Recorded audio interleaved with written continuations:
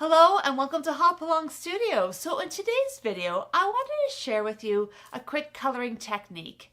I know a lot of us enjoy adding color and putting color in our images on our cards and our scrapbooking pages and our art journals.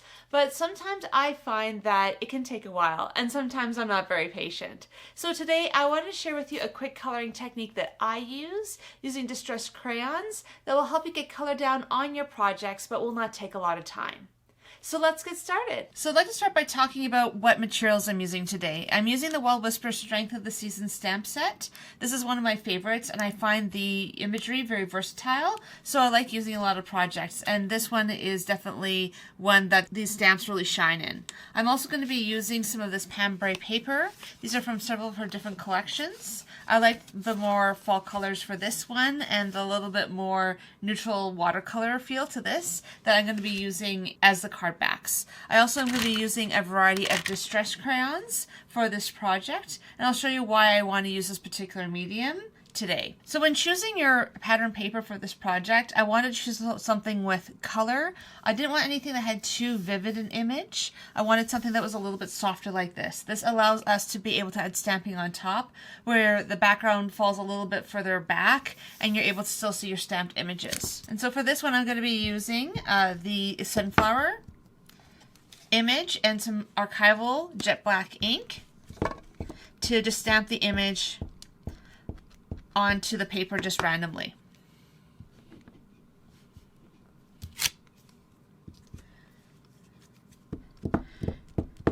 And you'll notice that some seem like they kind of blend in with the background, while others will feel like they're a little bit further out. That is on purpose. The idea is to make a background that separates a bit from the background, but also kind of blends into the background.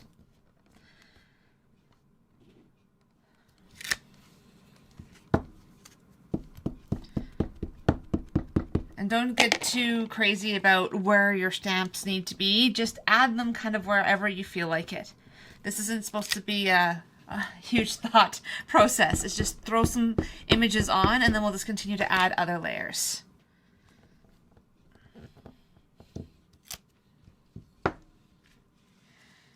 And I want to stamp a few just off the page a little bit. That way that makes it feel a little bit more organic instead of all your images being in the center.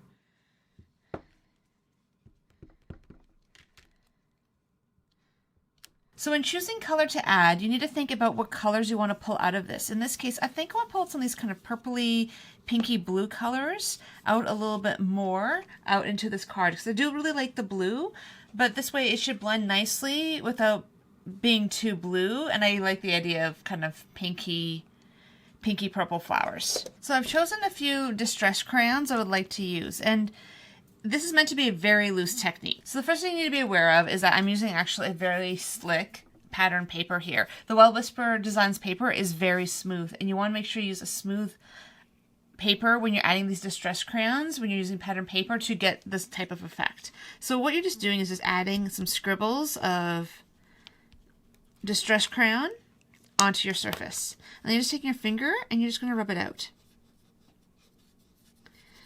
And the idea with this is you're not looking for perfection. You're not looking to get everything perfect and within the lines. The idea of this is because you already have a color on the background, you're blending it out and then you're allowing the color on the edges to kind of make it look like it's fading out to that.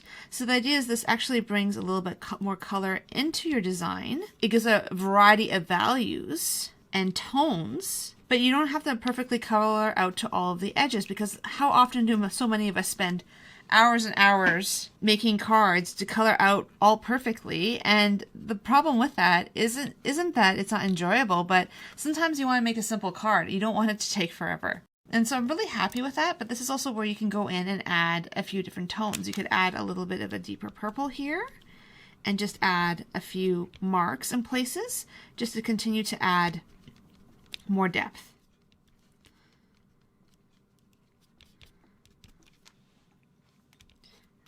And then in places like this, I might just push it out a little bit more, and even past the flower a little bit. But that's okay because it still kind of pulls it out from the background and makes it more dynamic. So I'm just going to go ahead and do that to the rest of the flowers.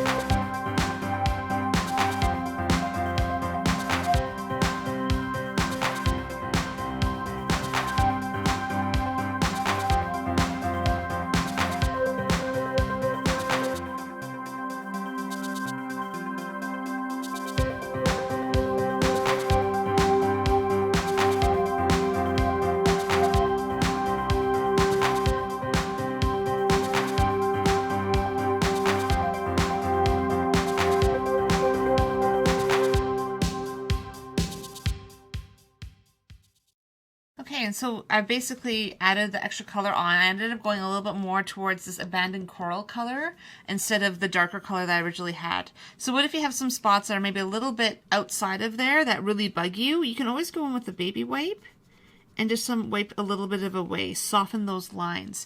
Just be careful not to rub too hard. You don't want to wreck the paper fibers when you're doing this, but because the Distress Crayon is a little bit reactive, and because of the fact that this is a very slippery medium, you can touch up corners in places that you would really want not to have too much overlap. The point of this is to be very loose. It isn't meant to get to every petal edge. It's meant to be very soft, but you'll notice that just by adding the Distress Crayon, it's really pulled it from the background. So then at this point, we can decide what color we want to put our centers of our flowers.